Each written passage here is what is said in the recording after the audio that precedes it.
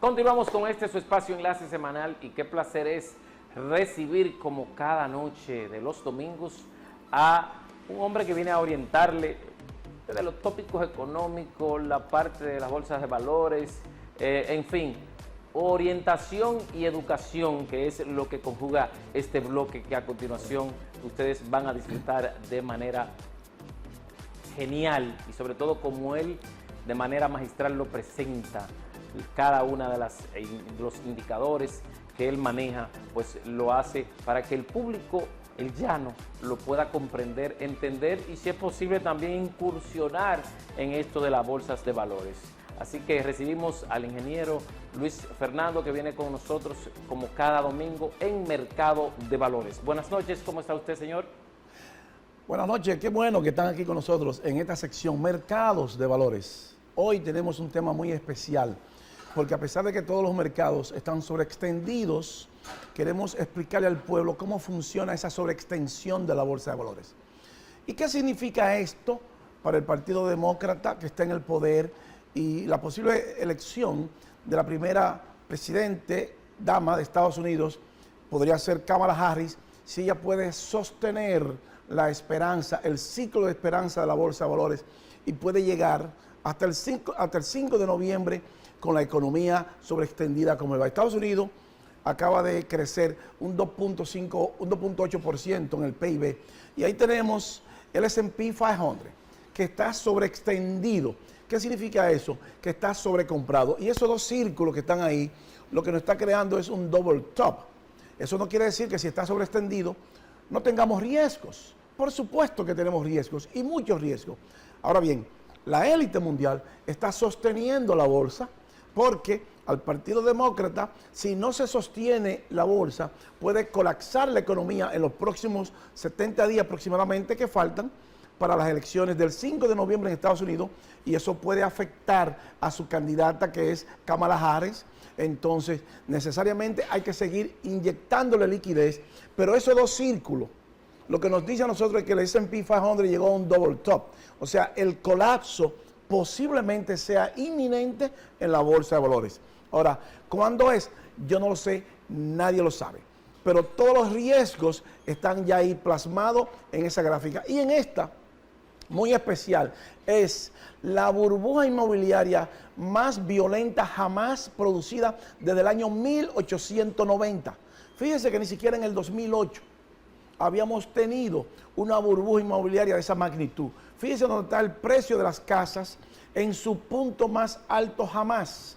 Y esa línea horizontal son los 130 años promedio de averaje desde el año 1890 hasta el 2024. Pero no solamente eso se para aquí. Ese promedio averaje de 130 años ha crecido en más de un 100% por encima del 130 averaje promedio del precio de las casas. Eso es brutal y es descomunal para la caída de la economía global y los mercados. ¿Por qué decimos esto? Porque el mercado inmobiliario representa el 65% del PIB de la economía norteamericana.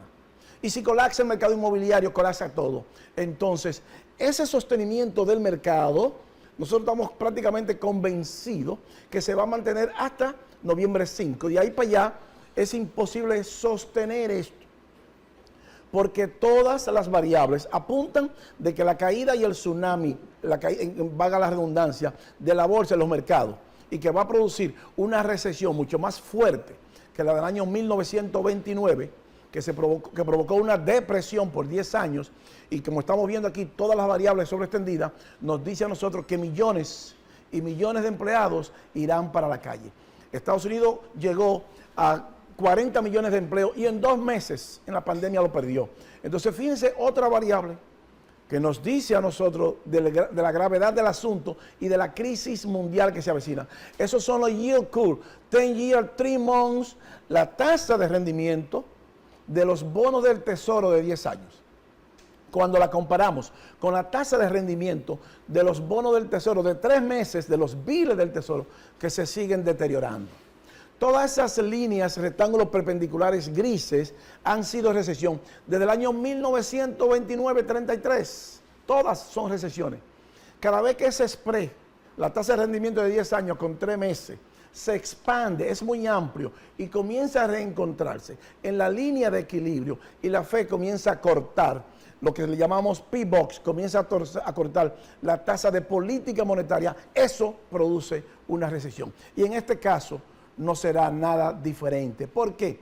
Porque lo que nos dice a nosotros es que el dinero a 10 años tiene menos valor que el dinero de 3 meses.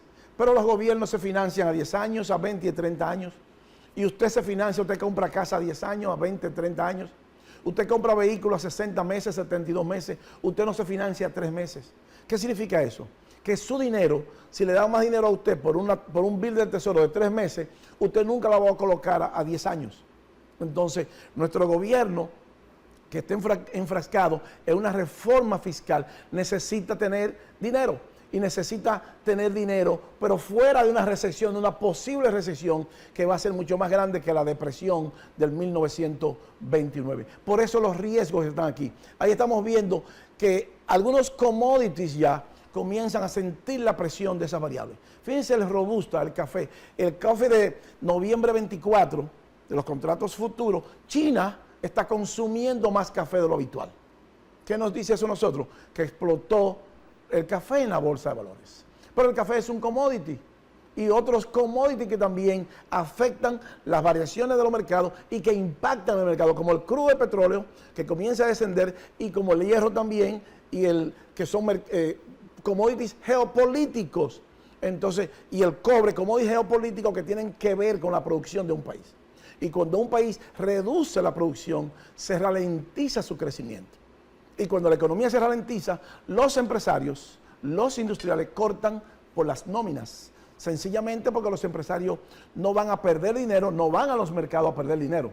Cuando ellos pierden dinero o dejan de recibir beneficios, sencillamente cortan por la parte más fácil que es la nómina, despidiendo empleados. Eso nos dice a nosotros que con todas estas variables alineadas, con los mercados sobreextendidos, con las elecciones del 5 de noviembre y que es insostenible todas estas variables, colapsando todas, el colapso económico global de los mercados es inminente. El gobierno debe de prepararse para lo peor. Por eso vemos que muchos bancos centrales están comprando oro. Y nosotros le hemos dicho al gobierno que compre oro. El oro alcanzó su precio máximo, $2.550 la onza Troy. Y nosotros le recomendamos al gobierno que lo comprara cuando estaba a $1.500 la onza. Colócame la siguiente gráfica, señor director, para que veamos otras variables. Ahí los vemos. US Treasury Bond Market. Miren, eso es delicado. Collapse coming. O sea, el colapso de los bonos del Tesoro de Estados Unidos colapsando. ¿Qué significa esto? Nosotros lo hemos explicado. Continúa el colapso de los bonos del Tesoro de 20 años y de 10 años en Estados Unidos. Ese es el precio de los bonos del Tesoro. Cuando colapsa el precio de los bonos, sube la tasa de interés. Pero el gobernador nuestro acaba de bajar la tasa de interés 0.25 puntos. Pero eso es lo que nos dice a nosotros es que la tasa de interés en la bolsa de valores se va a expandir y va a seguir subiendo. Entonces, si colapsa el precio de los bonos, recuerde que es un columpio, el precio de los bonos y la tasa de interés. Cuando baja el precio, sube la tasa de interés.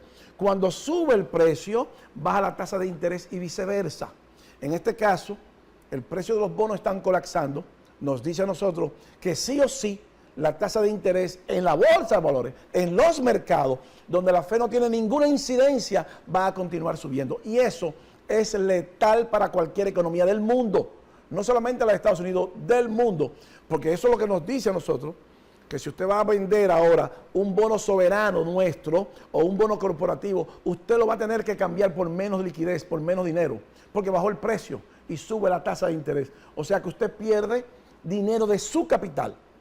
Por eso es que le decimos al pueblo la importancia de aprender en bolsa, la importancia de invertir en bolsa, porque esto no es un juego, esa es la estructura más compleja jamás creada por el hombre. Y le hemos dicho muchas veces que el mundo se controla desde Wall Street. Colóqueme la siguiente gráfica, señor director, para que veamos. Miren, Fed Rate Cuts Recession.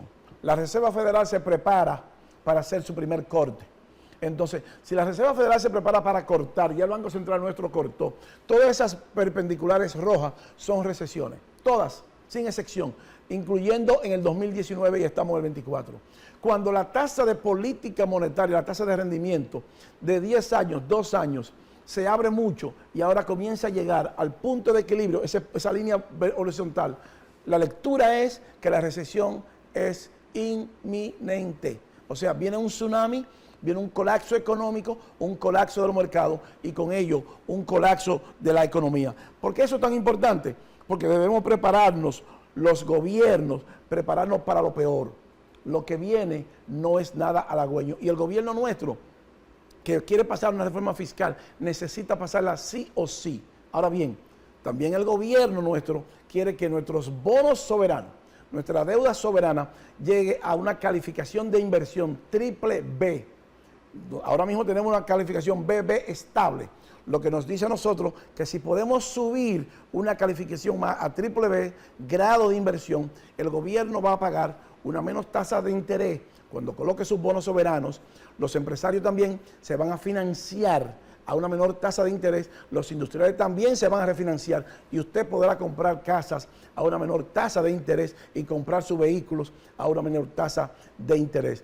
Por eso es muy importante seguir los mercados bien de cerca. Están sobreextendidos. ¿Hasta cuándo seguirán? Nosotros pensamos que hasta el día 5 de noviembre, que es la fecha crítica, la fecha que los ciudadanos americanos van a elegir un nuevo presidente y que a partir de ahí el mercado y la bolsa de valores no tiene fecha exacta para colapsar, porque es insostenible con todas estas variables sobreextendidas todas y que no colapse la bolsa. Y con ello, la economía mundial y evidentemente por descalificación también nuestra economía. Hasta aquí su sección Mercados de Valores. Nos vemos el próximo domingo cuando el reloj marque las 7 de la noche. Bye bye y hasta pronto.